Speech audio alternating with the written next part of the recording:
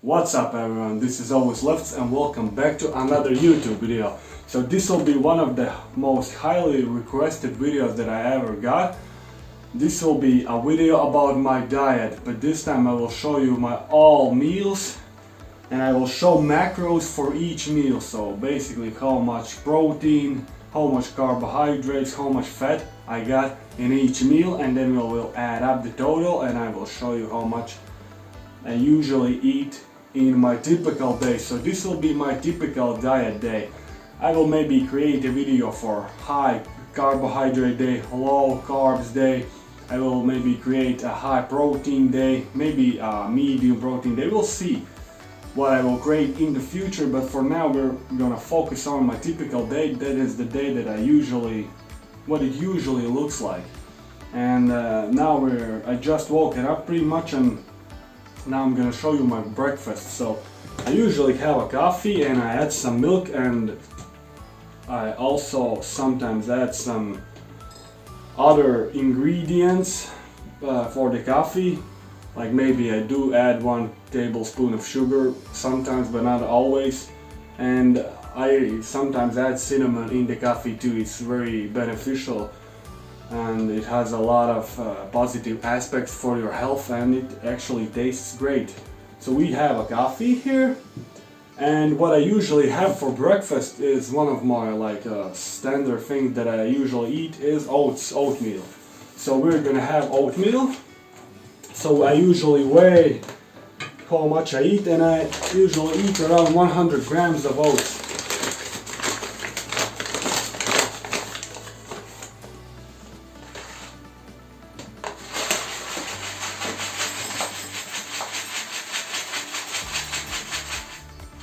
So we have 100 grams of oats,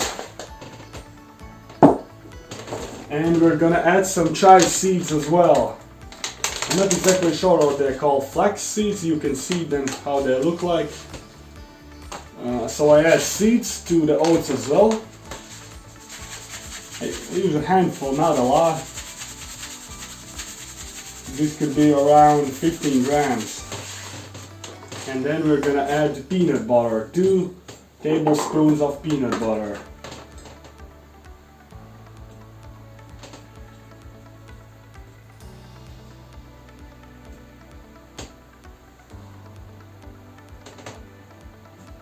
Then we're gonna add hot water.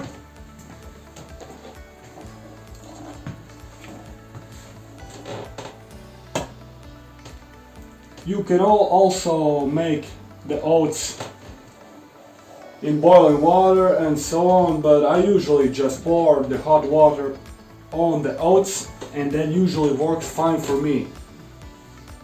So this is my breakfast. After the breakfast I'm gonna chill out for an hour or two, and then we're gonna have a workout. Today we have a calisthenics day. We're gonna do the back workout. We're also gonna do some biceps and core. That is usually my calisthenics workout. The people that have subscribed to me and follow me already know that. But if you're new here, that is what I usually do for calisthenics workouts. And that is pretty much it. So I will put the macros on the screen for the meal. We're gonna do the workout. I will show you the clips of the workout, and then we're moving on to the next meals. So see you guys later.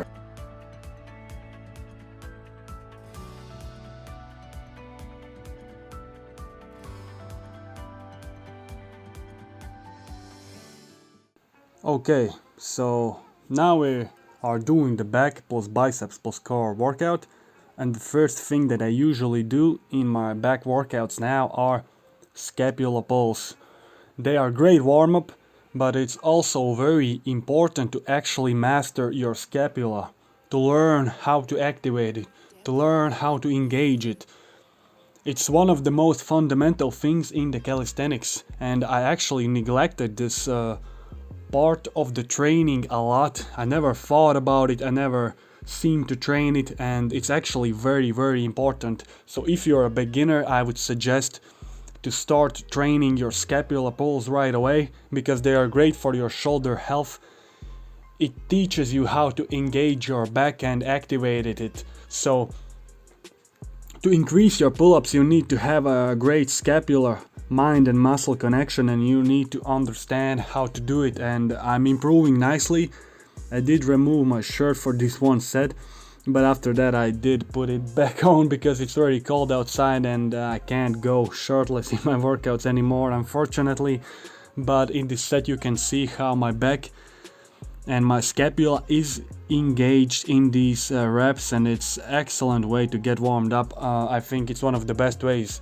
I used to do the Australian pull-ups, which are great as well because you need some raw movements, and I've been focusing mostly on pull-ups and chin-ups and hammer grip pull-ups and stuff like that, maybe some ring pull-ups, but I should definitely also include a lot more rows in my workouts because they are very necessary for great balance. So for the warm-up I did this time pull-ups with a resistance band, which helped me, and I tried to focus a lot on clean form. As you can see, I did 5 reps, 2 sets per 5 reps, and then I moved on with the pull-ups. I tried to do 10 reps, my feet were pointing downwards, and I tried to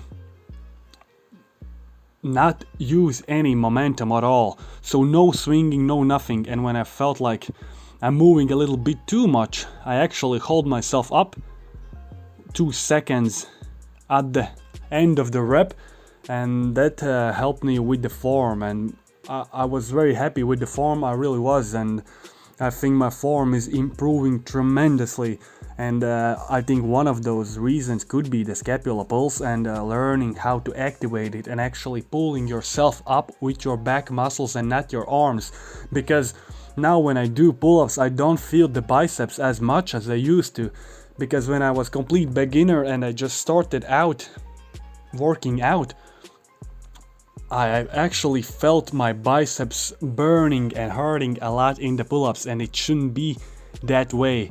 You obviously will feel some biceps and so on, but the main focus in the pull-ups is obviously the back muscles. And as you can see, I tried to film from different angles so you can see my whole body here, and I'm trying to focus on that clean form. And I know a lot of guys are focusing on form a lot, so when I do maybe pull-ups with not such a clean form, they usually comment, oh, that's such horrible form and so on. And they are kind of right. You need to have clean form because that is the top priority. I will not be focusing too much on the reps, so I just set a goal in my mind. Okay, I need to do 10 reps and that's about it. There's no need to go too crazy for the reps.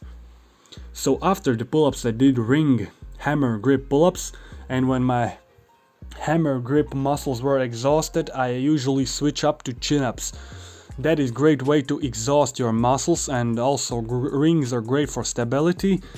It's a lot different than using a bar, and it's very healthy for your joints because it's a very natural movement and your arms are moving the way they should be, because rings are free and they kinda move in a direction that they want to, so your body is not restrained. It's actually very free and it's very natural movement. So rings are great, and they also help to build the stabilizer muscles and all those important small muscles that you may not be training in the gym and so on. So rings are great and I actually love them. Yeah, they are very difficult. It's very difficult to do exercises on them, but you should always be humble and let your ego out of the door and just focus on those quality reps.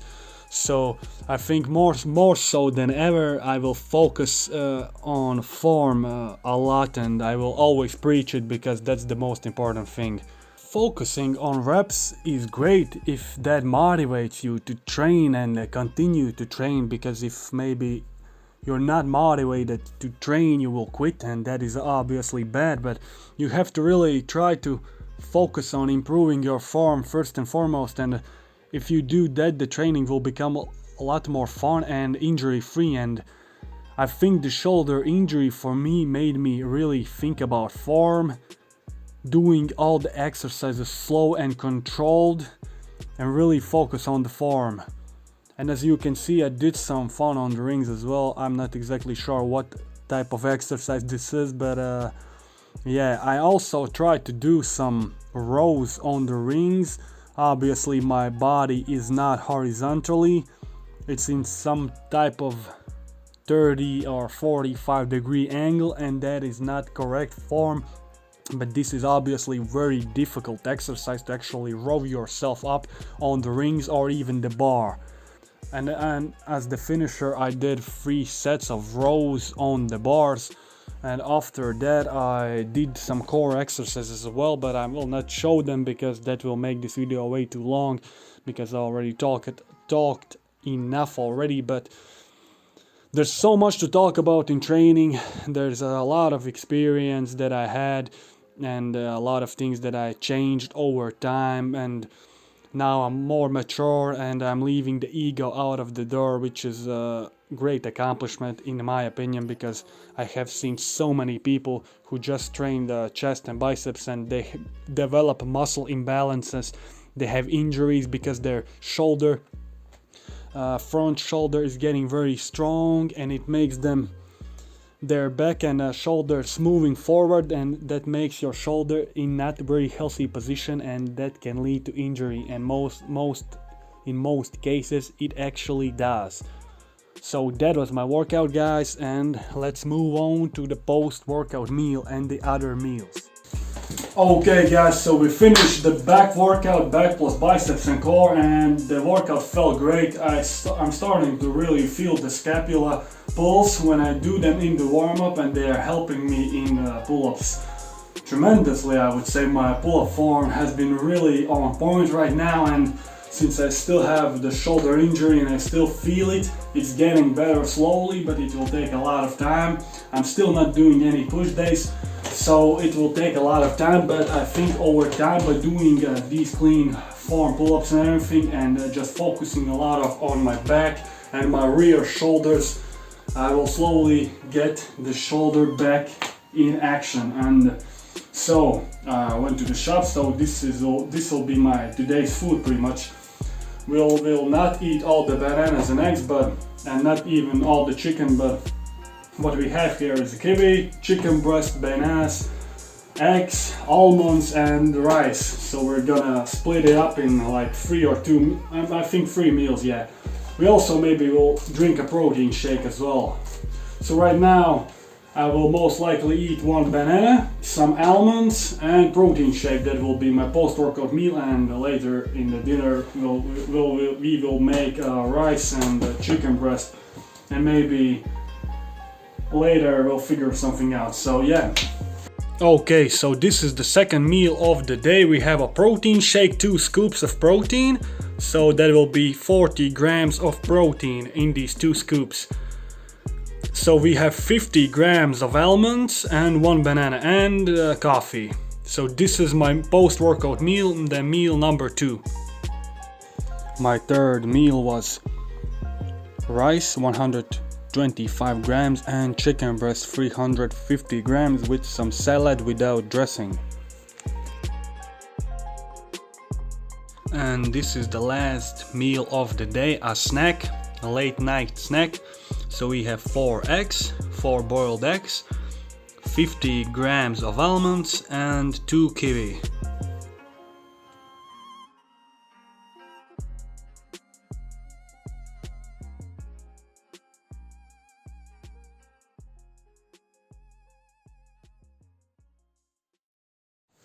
So here you go, guys. This was my full day of eating video, the highly requested video, the most requested video that I had. So now you see my diet. This is the typical day.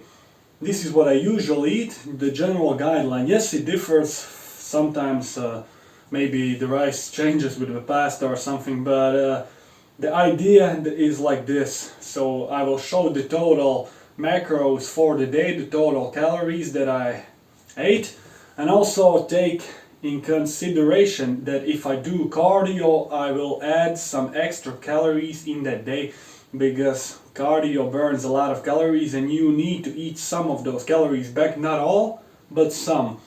At least I would say 50% you have to eat back.